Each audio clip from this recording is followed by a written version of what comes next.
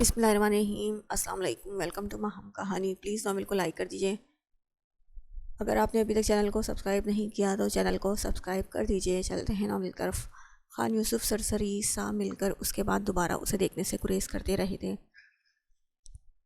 اور باقی سب ان کی موجودگی میں لیے دیے ہی رہے تھے۔ خانی بیگم نے اس کو پیلا ڈریس پہنے دیکھا اور ساتھ بیٹھے خانزادہ پر نظر ڈالی۔ وہ نارمل تھا۔ حیرت کی بات تو یہ تھی کہ اس نے وہ رنگ پہننے کیسے دیا اسے، یعنی وہ اس کے لیے اتنی بھی اہمیت نہیں رکھتی کہ اسے جی بھر کر دیکھے اور ناپسندیدہ رنگ سے تنگ ہو۔ وہ اپنی ماں بہنوں اور حتیٰ کہ گل جان بیگم تک کو یہ کلر نہیں پہننے دیتا تھا، چڑ جاتا تھا، اتنا ناپسندیدہ رنگ تھا۔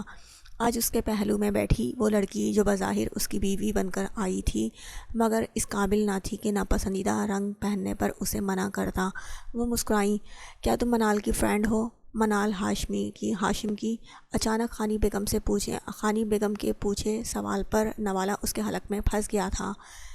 سب نے ہی اس بے موقع بات پر خانی بیگم کو دیکھا تھا جو اطمینان سے پریہان کو دیکھ رہی تھی۔ خانزادہ نے پانی کا گلاس اس کے سامنے رکھا اور ایک خاموش نظر ماں پر ڈالی۔ جی ہاں، وہ کسی مجرم کی طرح سر جھکا کر بتا رہی تھی۔ خانی بیگم نے سر ہلایا۔ آج مسز ہاشم کی کال آئی تھی، مبارکباد دے رہی تھی شادی کی۔ منال ہاسپٹلائز رہی، اس کا بتاتے ہوئے تمہارا ذکر ہوا تو پتہ چلا کلوز فرینڈز ہو۔ ان کی تفصیلی بات پر پریہان کا دل دھک سے رہ گیا۔ منال ہاسپٹلائز تھی، شاید اس لیے مرحا یا ریما نے کال نہیں کی تھی۔ اسے اپنا آپ مجرم محسوس ہوا۔ میں بالکل نہیں جانتی تھی کہ یہ منال کے ان لاز کی فیملی ہے، بالکل اندازہ نہیں تھا۔ وہ خوامخواہ صفائی دینے لگی۔ سب دم سادے ساز بہو کی باتیں سن رہے تھے۔ خانزادہ نے لب بھینچے۔ وہ خانی بیگم کو ٹوک نہیں سکتا تھا۔ انہوں نے اس انداز سے بات کی تھی کہ لگا وہ بڑائی سے بات کر رہی ہیں، چاہے مقصد جو بھی تھا۔ پریہان کا صفائی دینا اسے غلط ثابت کر رہا تھا۔ اس نے کانچ کا گلاس اٹھا کر پانی کا گھونٹ بھرا اور زور سے ٹیبل پر پٹخا۔ چھناکے کی آواز پر خان یوسف نے خشمگین نظر خانی بیگم پر ڈالی۔ اشارہ واضح تھا، انہیں جو بات کرنا تھی اکیلے میں کرتی تاکہ خانزادہ کا مزاج نہ بگڑے۔ خانی بیگم نے بیٹے کا ضبط سے سرخ چھلکاتا چہرہ دیکھا اور خاموشی سادھ لی۔ پریہان کی بھوک اڑ چکی تھی۔ پہلے ہی دن اس نے ایک ساتھ اتنی ساری ذلت اٹھا لی تھی، آگے کا سوچ کر ہی سانس رکنے لگا تھا۔ شاید اس کی ساری زندگی روتے ذلیل ہوتے گزر جانی تھی۔ اپنے سے اونچے خاندان میں شادی اور انچاہی بہو بننا کتنا مشکل تھا، اسے پہلے ہی دن پتہ چل گیا تھا۔ رات کو کمرے میں جاتے ہی اس نے وہ کپڑے بدل کر اپنے سامان سے ہلکی سی ٹراؤزر شرٹ نکال کر پہنی، دوپٹہ پھینک دیا، بازوں میں پہنے بھاری کنگن بھی اتار کر ڈریسنگ ٹیبل پر پھینکے اور بیڈ پر تکیے میں منہ چھپاتی بری طرح سے رو دی تھی۔ اس کے پاس بھڑاس نکالنے کے لیے بس یہی ایک جگہ تھی، یہ کمرہ جو اب اس کا تھا۔ خانزادہ کتنی دیر مردان خانے میں اس قتل کے کیس کو خان یوسف اور خان عاذر کے ساتھ ڈسکس کرتا رہا۔ جب فری ہو کر روم میں پہنچا تو وہ نرم ہلکے ٹراؤزر شرٹ میں سوائے اس کی دی چین کے ہر زیور سے آزاد بیڈ پر سو رہی تھی۔ آج بھی پلکیں بھیگی تھی، سفید ملائم چہرے پر آنسوؤں کے نشانات تھے۔ وہ اس سب کی حقدار نہیں تھی جو ہو رہا تھا اور جو آگے ہونا تھا۔ اسے اس عذاب میں ڈالنے والا وہی تھا، اسے پورا احساس تھا اور یہ احساس اسے پچھتاوے میں مبتلا کر رہا تھا۔ اس کے قریب لیٹ کر اسے دیکھنے لگا۔ سر تکیے سے لڑکا ہوا تھا، گردن ٹیڑھی ہو رہی تھی۔ آگے ہو کر اس کا سر سنبھال کر تکیے پر ٹکایا اور اسے اپنے حصار میں لے کر سینے سے لگاتا ہولے ہولے تھپکنے لگا۔ ایک خاموش دلاسا جیسے تسلی دے رہا ہو، اس کا نرم لمس اس پر عجیب طرح سے اثر انداز ہونے لگا تھا۔ سرور سا دوڑا تھا جسم میں، جیسے نشہ ہو۔ وہ بے ساختہ اسے خود میں بھینچ کر اس پر جھکا اور اس کے نم گالوں پر لب رکھ گیا۔ ایک بار دو بار وہ خود سے بان رہی تھی، سیر پھونک رہی تھی۔ اس کا چہرہ اپنے تپتے لمس سے جلاتا چلا گیا۔ اس کے کسمسانے پر ہوش میں آتا یکدم دور ہوا۔ اپنی بے خودی پر حیرت ہوئی تھی۔ صنف نازک سے وہ کبھی ایسا برتاؤ نہیں کرتا تھا۔ اس کے قریب ہونے کی بہت سی لڑکیوں نے کوشش کی تھی، اسٹوڈنٹ لائف میں اور پھر بزنس ورلڈ میں بھی۔ اسے اچھے سے یاد تھا، وہ جھٹک دیتا تھا سب کو۔ شاید یہ نکاح کا اثر تھا، حق رکھتا تھا، یا شاید وہ تھی ہی نشے جیسی رگوں میں اتر کر مفلوج کرنے والی۔ وہ اس سے دور ہوا، تفکر سے دیکھا، نم چہرہ اب سرخی چھلکا رہا تھا۔ اس نے خود کو کوسا اور کروٹ بدل کر آنکھیں موند گیا۔ وہ نرم لمس اب بھی اندر کہیں سکون بن کر محفوظ رہ گیا تھا۔ ولیمے کے پروگرام کا انتظام خان حویلی کے فرنٹ لان میں کیا گیا تھا۔ وہ گراسی پلاٹ اتنا وسیع تھا کہ سائٹ پر بنے ڈرائیو وے پر 5 منٹ میں گاڑی حویلی کی عمارت تک پہنچتی تھی۔ ارد گرد لگے درختوں اور چھوٹی پتھریلی دیواروں کو ٹمٹماتی روشنیوں سے بھرا ہوا تھا۔ حویلی کے جانب اونچا اسٹیج بنا ہوا تھا جس کی بیک پر پھولوں کے گلدستوں سے سجاوٹ کی ہوئی تھی۔ اتنا بہترین اور مکمل انتظام تھا کہ واقعی دیکھنے والوں کی آنکھیں حیرت سے پھیل گئی تھیں۔ ہر طرف پھول اور روشنیوں سے سجاوٹ کی بھرمار تھی۔ پریہان نے اپنے ولیمے کے لیے تیار ہو کر آیا ڈریس دیکھا تو چہرے پر 12 بجنے لگے۔ گہرے مہرون کلر کی میکسی تھی جو گلے سے لے کر پیروں تک بھاری نگینوں کے کام سے بھری ہوئی تھی۔ دوپٹے کا بارڈر اتنا بھاری اور بڑا تھا کہ سر پر رکھتے ہی اسے لگا وہ سر اٹھا نہیں پائے گی۔ رنگ اتنا گہرا تھا کہ سیاہ جیسا لگ رہا تھا۔ ہم رنگ لپسٹک اس کے سفید مومی چہرے پر سج رہی تھی۔ اسے وہ ڈریس دے کر بتایا گیا تھا کہ وہ جس اونچے گھرانے کی بہو ہے وہاں کمتر چیز پہننا تو توہین سمجھی جاتی ہے۔ بھاری زیور سے اسے بھر دیا گیا۔ میکسی کے بازو مکمل تھے اور گلا بھی گہرا بالکل نہیں تھا۔ اس پر لدا سونے کا زیور، پیٹ تک جاتی بھاری مالا اور گلوبند ماتھا پٹی نے اس کے آئی برو تک چھپا دیے تھے۔ اس حویلی کی بہو کا قد کاٹ اتنا تو ہونا چاہیے تھا کہ سب پہن کر وہ خود کو سنبھال کر سر اٹھا سکے۔ تمہاری حالت تو یہ ہے کہ سب پہنا کر شیشے کے صندوق میں سلا دیا جائے۔ خانی بیگم نے اسے لڑکھڑاتے دیکھ کر جھنجھلاتے ہوئے کہا۔ قدم قدم پر مایوسی کا سامنا ہو رہا تھا۔ ان کی بہو بھی ان جیسی دراز قد اور کچھ مضبوط شانوں والی تو ہونی چاہیے تھی جو ایسے بھاری زیور اور کپڑے پہن کر مضبوطی سے قدم اٹھا سکتی۔ سامنے کھڑی لڑکی اتنی نازک سی تھی کہ سہارے سے کھڑی نڈھال ہو رہی تھی۔ تھوڑی سی ہیل پہن کر وہ فلیٹ شوز پہنے پلوشہ اور زرشے کے برابر تھوڑی سی ہو رہی تھی۔ یہ سب اچھی کاٹ کے پٹھان اس کا دل دہلا رہے تھے۔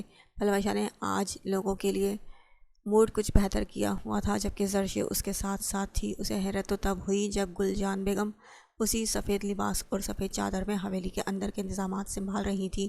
کیا وہ اس حویلی کی بہو نہیں تھی؟ پریہان کو حیرت ہوئی۔ تو کیا وہ بھی انچاہی بہو ہیں؟ کیا اس کے ساتھ بھی آگے جا کر ایسا ہی ہوگا؟ پریشان سی سوچوں میں گم باہر نکلی۔ اسٹیج پر جا کر میرون نرم کور والے شاہانہ طرز کے تخت پر پڑے گاؤ تکیوں کا سہارا لے کر وہ بیٹھی تو کمر کو کچھ سہارا ملا تھا، مگر اس کی شان و شوکت اور لباس و زیورات پر رشک بھری نگاہیں جمی تھیں۔ نازک مہندی لگے پیروں میں پہنی ہوئی پازیب اور پیر تخت کے مخملی گدے پر اوپر کر کے رکھ لیے تھے۔ خاموش نظروں سے سر اٹھا کر سب سے ملتی وہ بس سر ہلا رہی تھی، نہیں جانتی تھی کس کا کیا رشتہ ہے اور کون کس رتبے کا حامل ہے۔ منتظر نظروں سے انٹریس کو تک رہی تھی، جانے کب اس کے گھر والے پہنچیں گے، اور آخر اس کا انتظار ختم ہوا۔ سب بوجھ بھلاتی سیدھی ہو کر جگمگ کرتی آنکھوں سے اپنی بہنوں اور آنی کے ساتھ آتی ریما کو دیکھا۔ انہیں مل کر سیدھا اسٹیج پر ہی لایا گیا تھا۔ تخت کے ارد گرد پڑے صوفے ان کے لیے رکھے تھے۔ یا اللہ، میری گڑیا اتنی پیاری لگ رہی ہے، دیکھیں تو آنی۔ پریسا اس کے پاس آتے ہی لپٹ کر ملتی، دیوانہ وار چومتی پرجوش سی آنی کو متوجہ کر گئی۔ ماشاء اللہ، بہت پیاری، اللہ نظر بد سے بچائے۔ آنی نے بھی سینے سے لگا کر بلائیں لیں۔ ریما اور پوروا بھی انہیں آنکھیں پوری کھول کر اسے دیکھ رہی تھی۔ بھاری گہرے رنگ لباس میں اس کا نازک سراپا دمک رہا تھا۔ معصوم سے چہرے پر اس وقت رنگوں کی بہتات تھی۔ ریما کیا برہا نہیں آئی؟ اس نے اپنے پاس بیٹھی ریما سے آہستگی سے سوال کیا۔ نہیں آئی، آئی ڈونٹ نو کیا ایشو ہے اسے، کہہ رہی تھی تم گھر ہوگی تو ملے گی، حویلی نہیں آ سکتی۔ ریما نے بیزاری سے منہ بنا کر بتایا۔ اچھی خاصی دوستی خراب ہوتی جا رہی تھی۔ پریہان پھیکا سا مسکرائی۔ شاید مرہا بھی منال کی وجہ سے۔ ریما کیا منال ٹھیک ہے؟ میں نے سنا ہے وہ ہاسپٹل۔ پریہان نے جملہ ادھورا چھوڑا تھا۔ چہرے پر تشویش کے تاثرات تھے۔ یہ بات اسے اندر سے پریشان کر رہی تھی۔ منال ہاسپٹل میں تھی، بی پی شوٹ کر گیا تھا کافی۔ پریہان دیکھو بھی پریکٹیکل، ہم سب جانتے تھے وہ حدید کے لیے کیا فیلنگز رکھتی تھی، اور اس کی وجہ تو اب سامنے آئی ہے کہ وہ انگیج تھی۔ میں انڈرسٹینڈ کر سکتی ہوں کہ تمہارا قصور نہیں، مگر اس کی کنڈیشن ایسی نہیں کہ اس بات پر ریلیکس کر جاتی۔ تم پلیز ویٹ کرو، وہ ٹھیک ہو جائے گی، تمہیں حدید نے چنا ہے تو ڈیفینڈ بھی کرے گا، گلٹی مت ہو۔ ریما نے دوستی کا حق نبھاتے ہوئے نرمی سے اسے سنبھالا۔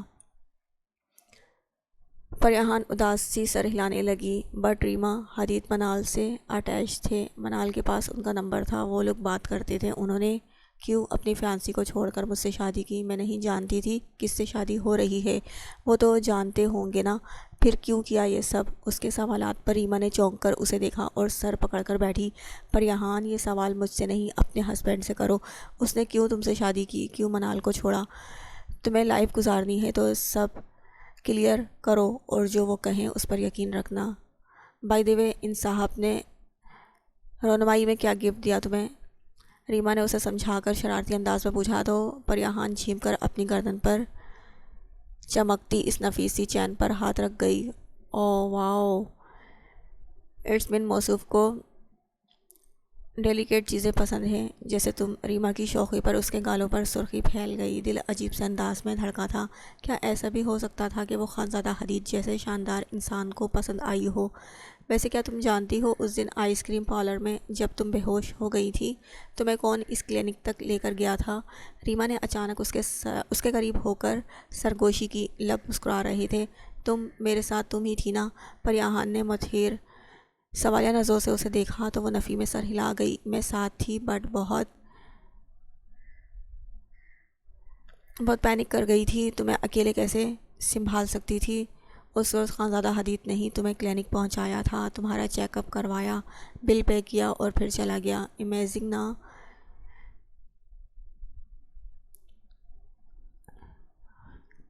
تھینک اباؤٹ اٹ، ریما شوخی سے بول رہی تھی، وہ شوق بیٹھی تھی۔ یہ بالکل نیا انکشاف تھا۔ آپ آج ہمارے ساتھ جا رہی ہیں نا؟ بھائی نے پرومس کیا تھا۔ پروا اچانک اٹھ کر اس کے سر پر پہنچتی سوال کرنے لگی تو خیال میں گم پریہان چونکی۔ ہاں، اگر کہا تھا تو مطلب میں آج تمہارے ساتھ ہی جاؤں گی نا؟ گھر جانے کا سوچ کر ہی اس کا چہرہ یکدم کھل اٹھا۔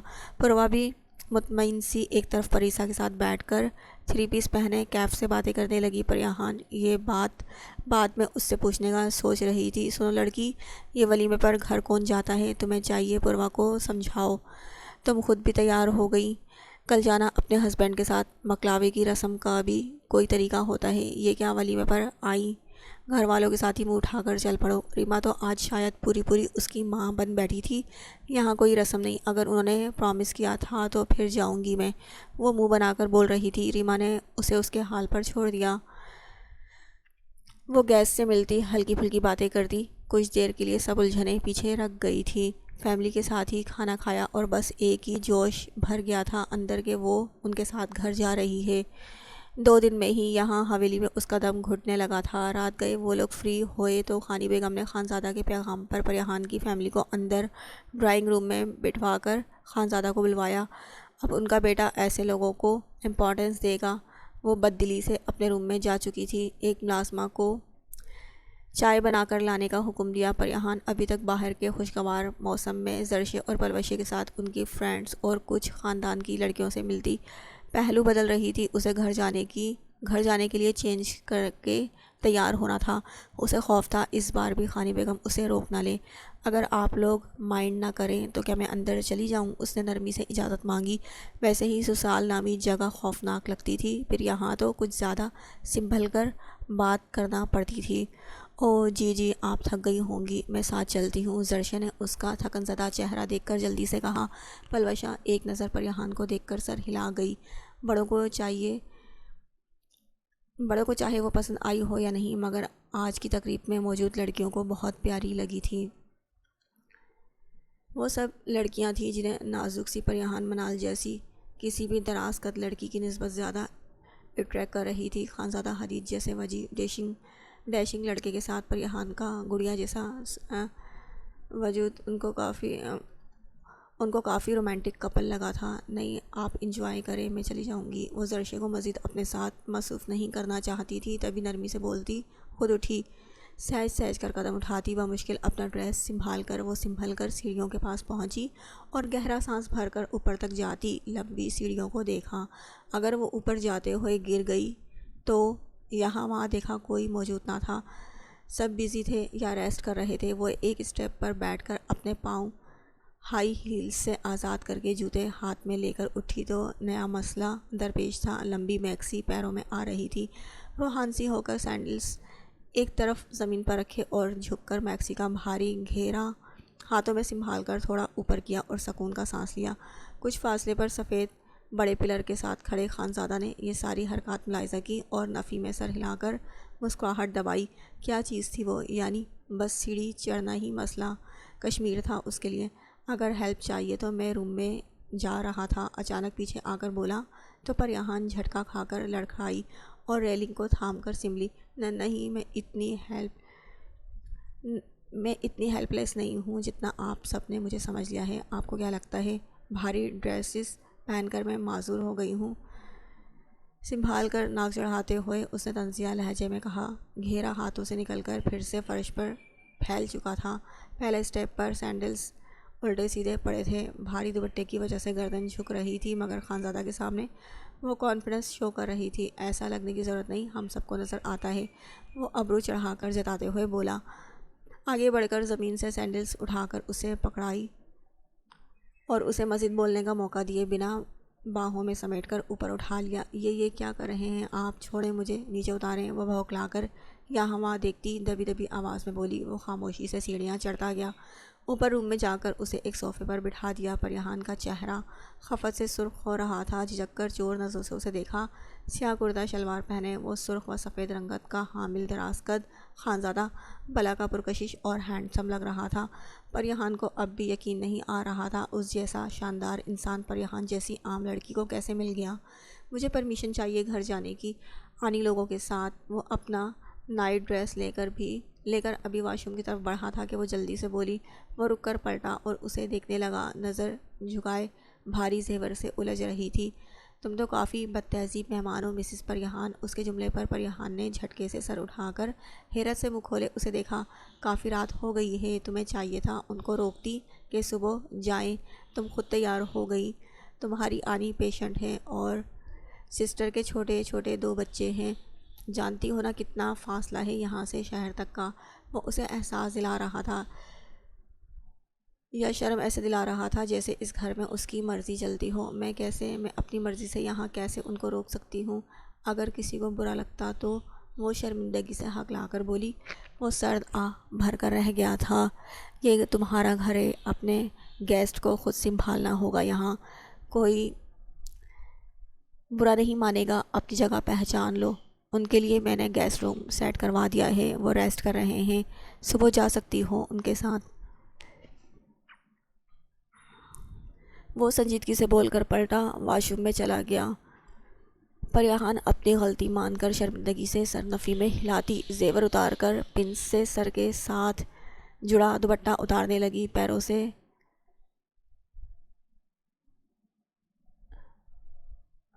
پائل اتار کر اٹھی اور ڈریسنگ روم میں جا کر چینج کیا۔ دماغ میں ریما کی بات بار بار ابھر رہی تھی۔ تبھی اپنی جگہ پر لیٹتے ہی اس نے آنکھوں پر بازو رکھ کر سوتے حدید کو دیکھا۔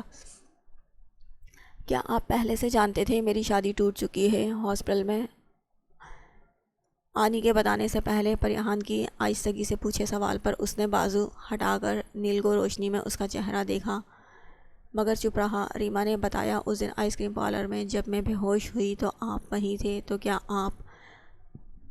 ابھی وہ بول رہی تھی جب وہ اٹھ کر بیٹھتا اسے ابرو چڑھا کر دیکھنے لگا۔ میں اس دن وہیں تھا، یعنی میں نے تمہارے ایکس فیانسی کو تھریٹ کیا، بلیک میل کیا اور یہ شادی ختم کروائی، پھر موقع سے فائدہ اٹھا کر آخری دنوں میں اپنا آپ پیش کر دیا، تم سے شادی کر لی۔ وہ سنجیدگی سے بول رہا تھا۔ پریہان کی آنکھیں پھٹی کی پھٹی رہ گئیں۔ جلدی سے اٹھ کر اس کے سامنے بیٹھی، آنکھوں میں بے یقینی تھی اور حیرت۔ وہ گہرا سانس بھر کر سر اپنے ہاتھوں میں گرا گیا۔ وہ شاور لے کر بال سلجھاتا بیڈ پر لیٹا، موبائل پر الارم لگا لیا۔ صبح ہی نکلنے کا ارادہ تھا اس کا۔ پہلے خان زوار اور پھر خانزادہ کی شادی کی وجہ سے یونی سے کافی گیپ لے چکا تھا۔ الارم لگا کر میسیجز چیک کرنے لگا۔ حسن اور احمر کے علاوہ کسی نمبر سے بھی میسیج آیا ہوا تھا۔ تجسس سے اوپن کیا، آپ سے بات کرنی ہے۔ آئرہ۔ وہ جلدی سے اٹھ بیٹھا۔ آئرہ کے پاس اس کا نمبر کہاں سے آیا اور کیا بات کرنی ہوگی؟ میسیج رات کے 7 بجے کا تھا اور اس وقت 10 بج رہے تھے۔ بنا سوچے سمجھے اس نے کال ملا لی۔ ہیلو عیسیٰ خان۔ کچھ بیلز کے بعد اس نے کال پک کر کے سوال کیا۔ یس، کیا بات کرنا تھی؟ نمبر کس سے لیا؟ وہ بیک گراؤنڈ سے ٹک لگا کر سہولت سے بات کرنے لگا۔ حسن سے نمبر لیا ہے۔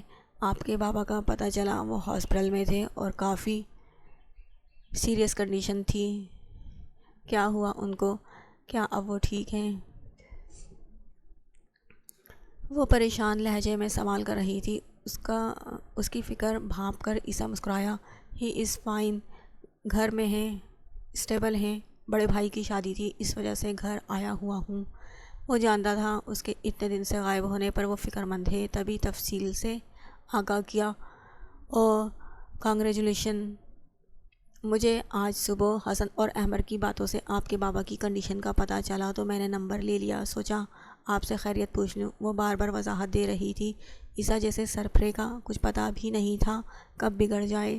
حالانکہ تمہیں چاہیے تھا ایڈریس لے کر تیمارداری کے لیے آتی میرے گھر، وہ شرارتی لہجے میں بولا تھا۔ اتنی پاگل نہیں ہوں میں آپ کے گھر آتی اور آپ مجھے دروازے سے ہی چلتا کرتے۔ خفگی جتا کر بولی تو وہ کہا لگا کر ہنسا۔ ویل، اب ایسا بھی بد تہذیب نہیں ہوں، گیسٹ کو تو بہت اچھے سے ریسیو کیا جاتا ہے ہمارے ہاں۔ وہ ہنس کر بول رہا تھا۔ آئرہ نے شکر کیا کہ آج اس کا موڈ خوشگوار ہے۔ کبھی دیکھ لوں گی آپ کے ہاں کی مہمان نوازی، وہ مسکرا کر بولتی۔ بالوں میں ہاتھ چلانے لگی۔ اپنی شادی پر بلاؤں گا، ضرور آنا اور پھر انجوائے کرنا۔ وہ پھر سے شرارت پر مائل ہوا۔ آئرہ چپ سی ہو گئی تھی۔ کیا ہوا؟ وہ ایونٹ نہیں پسند؟ وہ ہنسی دباتا سرخ ہو رہا تھا۔ آئرہ نے گلا کھنکارا۔ نہیں، میں اس سے پہلے کبھی چکر لگا سکتی ہوں، وہ سنجیدگی سے بولی۔ دل چاہ رہا تھا کال کاٹ دے، اب تو وہ جذبات سے کھیلنے والا کام کر رہا تھا۔ بعد میں بھی آ سکتی ہو، اس بار میری انگیجمنٹ تھی۔ سوری، میں نے تم فرینڈس کو انوائٹ نہیں کیا، سوچ رہا ہوں وہاں آ کر پارٹی دے دوں، وہ سنجیدگی سے بولتا۔ آئرہ کا دل بند کر گیا۔ وہ تو اس امید پر بیٹھی تھی شاید کبھی وہ مائل ہو جائے، اور وہ اتنے آرام سے منگنی کی خبر دے رہا تھا، یعنی اس کا موڈ اسی لیے خوشگوار تھا۔ وہ ایک لفظ بھی نہیں بول پائی، نہ مبارک، نہ اچھے برے الفاظ۔ بے ساختہ کال کاٹ کر ساکت سی بیٹھی رہ گئی۔ عیسیٰ نے کال بند ہونے پر موبائل کی اسکرین کو گھورا تھا۔ کیا تھا؟ ہم صرف فرینڈس ہیں تو تم باز نہیں آئی ہے نا؟ کہا تھا ہم صرف فرینڈس ہیں تو تم باز نہیں آئی ہے نا؟ وہ بڑبڑا کر موبائل پرکھتا اس کا رویہ سوچنے لگا۔ وہ غصہ ہو گئی ہوگی یا پھر اداس، یا کیا پتہ امید ٹوٹتے ہی اجنبی بن جائے۔ کیا ہوتی ہیں یہ لڑکیاں، کیا سوچتی ہیں، کیا کرتی ہیں، وہ سمجھ نہیں پا رہا تھا، مگر سمجھنا چاہتا تھا۔ جمپ لگا کر بیڈ سے اترا اور ساتھ والے روم میں موجود موسیٰ کے سر پر پہنچا۔ اس کا کندھا ہلا کر جگاتا اس سے سوال کرنے لگا۔ لالا، ایک بات پوچھوں؟ نیند میں گم موسیٰ نے ہڑبڑا کر آنکھیں کھول کر اسے دیکھا، جو بے چین سا اس کے سر پر کھڑا تھا۔ عیسیٰ، کیا بات ہے؟ سب ٹھیک تو ہے نا؟ وہ بکھرے بال، نیلی آنکھوں میں سرخ ڈورے لیے پریشان سا اٹھ بیٹھا۔ لالا، اگر لڑکی آپ کی شادی پر خاموش ہو جائے یا شادی کی بات سن کر کال کاٹ دے، اس کا کیا مطلب ہوتا ہے؟ وہ غصہ ہے، اکتا گئی ہے یا اداس ہو گئی ہے؟ رات کے اس پہر نیند سے جگا کر وہ بھائی سے سوال کر رہا تھا۔ موسیٰ کا جی چاہا دیوار میں اپنا سر دے مارے۔